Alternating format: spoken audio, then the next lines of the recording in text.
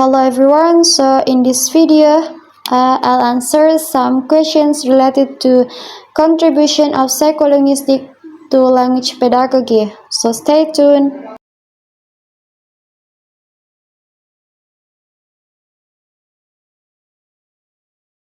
Approach is a fundamental principle of how something should be done, and approach also known as a theory. So, psycholinguistics in language pedagogy acts as an approach, and it acts as a theory that provides an explanation on three things. First is how language is acquired, then second is how language is perceived, and the third is how language is produced.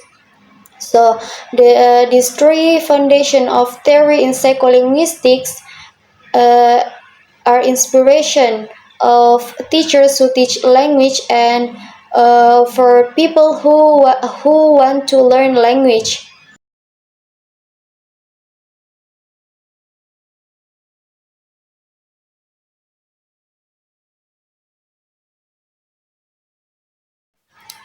Psycholinguistics as an approach has contributed three teaching methods in language pedagogy.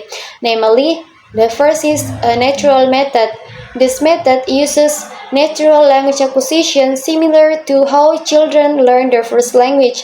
It focuses on providing a comprehensible input and create a low anxiety environment for language learning. And the principle of this method is create a comprehensible input, focuses on meaning rather than form, and uses authentic material and real communication, and allows for a silent period before production. And disadvantages of this method is the progress may slowly for some learners, and the grammar instruction might be insufficient, and this method difficult to implement in large classroom. While the second method is total physical response, or TPR. This method coordinates the teacher's speech with the learner's action. This method was developed by James Escher, a psychology professor at San Jose State University, California. While this method has certain characteristics, among others, uh, this method requires a large classroom. Ideally, the teachers teach about 20 to 25 students in a classroom, and this method can be used to teach adult or children. And in this method, introducing new vocabulary is the main focus of classroom activities, and teachers introduce new vocabulary to the student in a target language that accompanied by physical gesture. Well, the next is grammar rules in this method are learned passively. And this method also doesn't require dictionary, as word meaning revealed through physical movement or physical gesture. And the last is students are rarely given homework, as language learning is done in the classroom. Disadvantages of this method is the disadvantages of this method is can become repetitive, and then not suitable for advanced language learning, and difficult in teaching abstract concepts. And the last method is Suggestopedia method. This method uses suggestion and relaxation techniques to create an optimal learning environment, believing that learners have untapped mental reserves that can be activated for accelerated learning. So the principle of this method is create a comfortable and relaxed atmosphere, then uses music and rhythm in teaching, and also incorporate art aesthetics in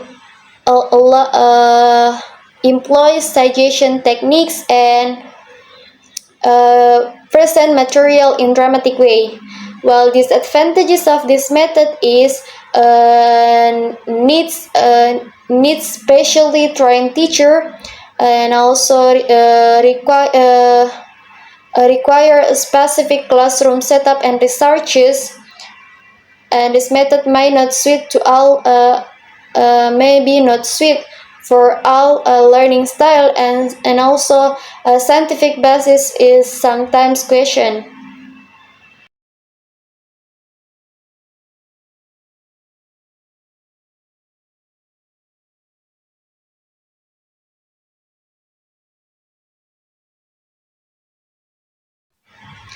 So among these methods, total physical response, natural method, and suggestopedia method, uh, I'll uh, I'll choose total physical response method as the most preferable teaching method because it uniquely combines physical movement with language learning.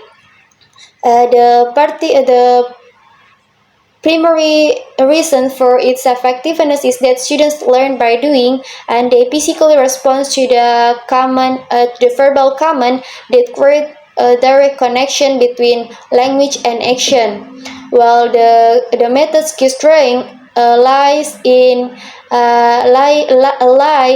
in its hand-on nature, where learners perform action like walking, standing, or pointing or grabbing, making vocabulary and making vocabulary and command more memorable through muscle memory. Well, the TPR's effectiveness, particularly evident in how it engages a learner through movement, making learning more interactive and enjoyable, while naturally building confidence.